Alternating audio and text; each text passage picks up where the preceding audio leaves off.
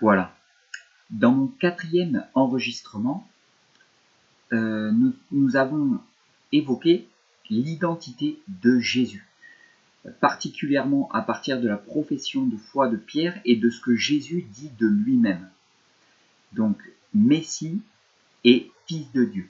Il y a aussi Fils de l'homme chez saint Matthieu, qui revient souvent, qui fait référence au prophète Daniel, je crois.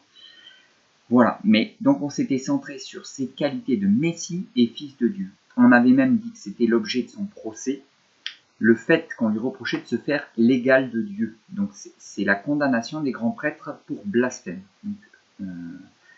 Donc ils ont estimé que l'intention de Jésus était de se proclamer l'égal du Père, ou en tout cas d'être le Fils de Dieu ontologique, incarné. Voilà, donc c'est dans ce sens que les grands prêtres ont tranché pour le condamner. Voilà. Donc, moi, j'avais dit qu'on verrait la question du nom divin dans la bouche de Jésus. Donc, pour ce qui est de la révélation du nom divin dans la Bible, il faut revenir au livre de l'Exode, au chapitre 3 et au verset 14. En fait, Dieu commande à Moïse d'aller trouver Pharaon pour libérer le peuple d'Égypte. Et Moïse, qui a du mal à accueillir une mission d'une telle ampleur, lui demande son nom. Alors, je me base sur la Bible de Jérusalem, donc ce que l'on a traduit par Yahvé, le tétragramme divin, les 4 lettres juives, qu'on traduit par Yahvé. Donc Yahvé, c'est un composé du verbe être, et ça peut se traduire de plusieurs manières. Donc souvent, je suis qui je suis, ou je suis qui je serai. Voilà.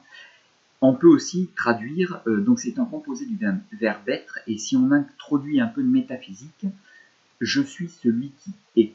Donc Dieu dit, je suis celui qui est en lui-même et par lui-même, donc qui n'a pas d'origine et pas de fin autre que lui-même. Voilà. Il n'y a que Dieu qui peut dire ça.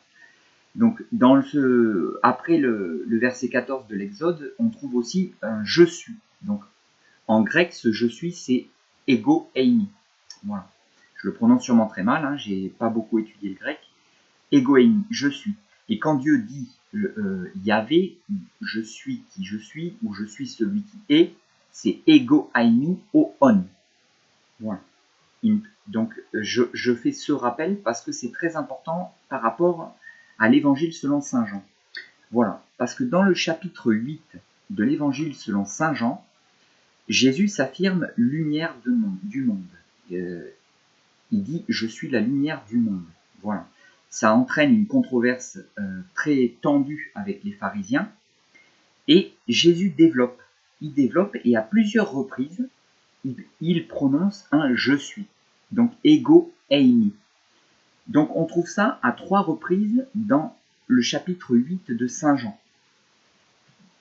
Donc au verset 24. « Car si vous ne croyez pas que moi je suis, vous mourrez dans votre péché. » On le retrouve au verset 27.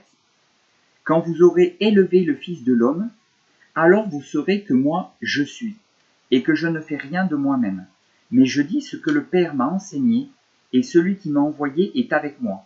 Il ne m'a pas laissé seul, parce que je fais toujours ce qui lui plaît. »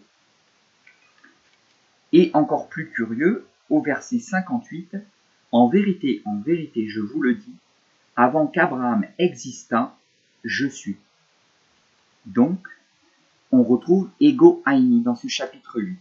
Et on le retrouve encore une fois à la scène. Donc là, il n'est plus en conflit avec des pharisiens, mais il est avec les apôtres.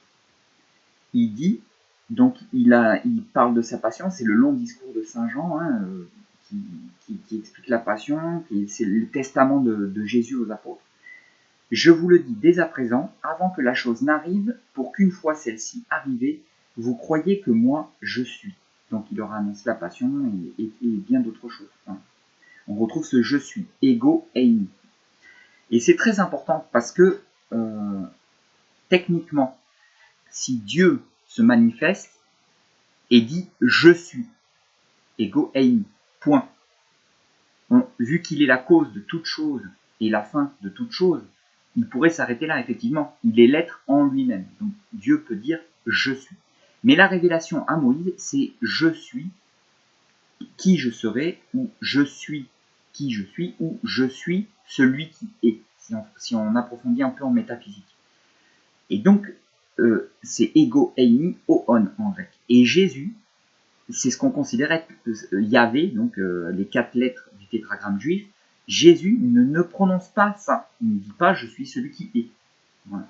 Il dit « je suis » et il ponctue des phrases en disant « je suis ». Donc, si on aime la philosophie, en tout cas la réflexion philosophique, la métaphysique, la conscience, si on se pose la question de la conscience, nous aussi, on peut dire « je suis », mais on n'est pas en nous-mêmes et par nous-mêmes. On n'est pas l'être en nous-mêmes. On tient notre être de Dieu et notre finalité de Dieu. Donc si on parle vraiment précisément, on peut dire « je suis en dépendance de celui qui est l'unique créateur de l'univers ». Voilà. Là, on est exact. Voilà. Celui qui peut dire « je suis, point », c'est Dieu. Ouais. Et celui qui peut dire « je suis celui qui est », effectivement, c'est l'unique créateur de l'univers, c'est Dieu. Voilà. Voilà la problématique que nous pose le chapitre 8 et le chapitre de la scène dans Saint Jean. Voilà. Ça pose vraiment la question de l'identité de Jésus, c'est le sommet de l'interrogation et ça tourne autour du nom divin. Voilà. Donc les grands prêtres, en tout cas, pour eux c'est clair, Jésus a intentionnellement s'est prononcé, en gros, être Dieu incarné. Voilà. Jésus, lui, dit « je suis ». Point. Est-ce qu'il nous dit « je suis pleinement », je suis l'homme pleinement accompli, qui est pleinement, ou est-ce qu'il nous dit « je suis le Verbe, du moins, le Verbe incarné, Dieu fait homme ». Voilà. L'unique créateur de l'univers fait homme. Voilà. Donc c'est vraiment une question profonde, c'est pas quelque chose qui va de soi, ça demande un approfondissement. Voilà.